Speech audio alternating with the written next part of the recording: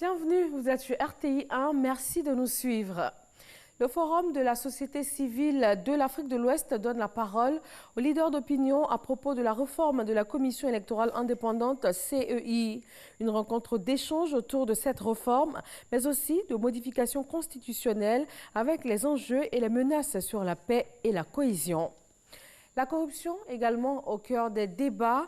La Haute Autorité pour la bonne gouvernance a donné une conférence de presse ce mardi dans laquelle elle a donné les clés pour interpréter les données publiées par le 10e rapport de Afrobarometer et Transparency International qui place la Côte d'Ivoire en 8e position pour 40% de personnes qui estiment que la corruption s'est accrue dans le pays. Comment utiliser les satellites pour assurer la sécurité dans l'espace aérien? Une technologie a été mise en place par une structure européenne spécialisée en la matière afin de répondre aux besoins. Elle a été présentée à Abidjan aux acteurs du secteur de la sécurité aérienne. Ils viennent de 17 pays, de l'Agence de sécurité de la navigation aérienne en Afrique et à Madagascar, à Secna. Francis Boifo. La technologie ADS-B par satellite est utilisée dans 2 pays au monde, le Royaume-Uni et le Canada.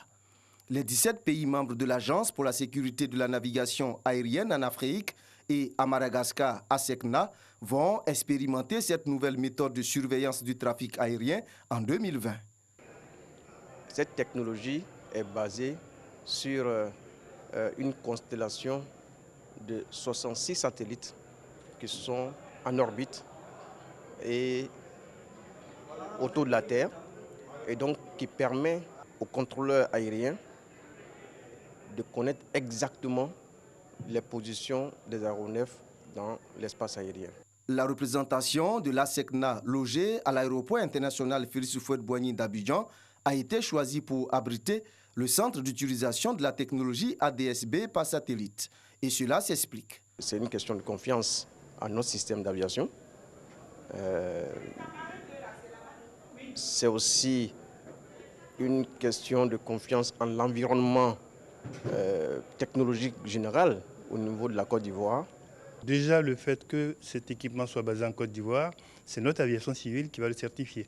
Et pour le certifier, il faut un certain niveau. Il faut donc une certaine formation que nous sommes en train de faire en appui avec la SECNA.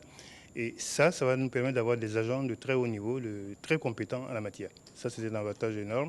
Cette rencontre d'Abidjan permet aux experts et responsables de l'aviation civile de 17 pays africains de s'approprier la technologie ADS-B par satellite en vue de sa mise en œuvre au premier trimestre 2020.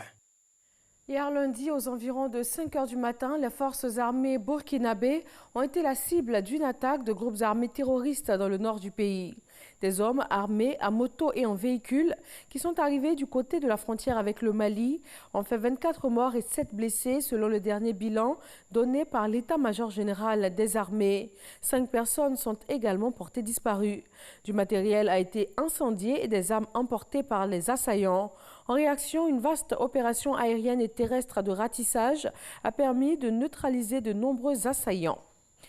Au Soudan, la coalition des forces pour la liberté et le changement a désigné les 5 civils qui vont participer à la nouvelle instance de transition.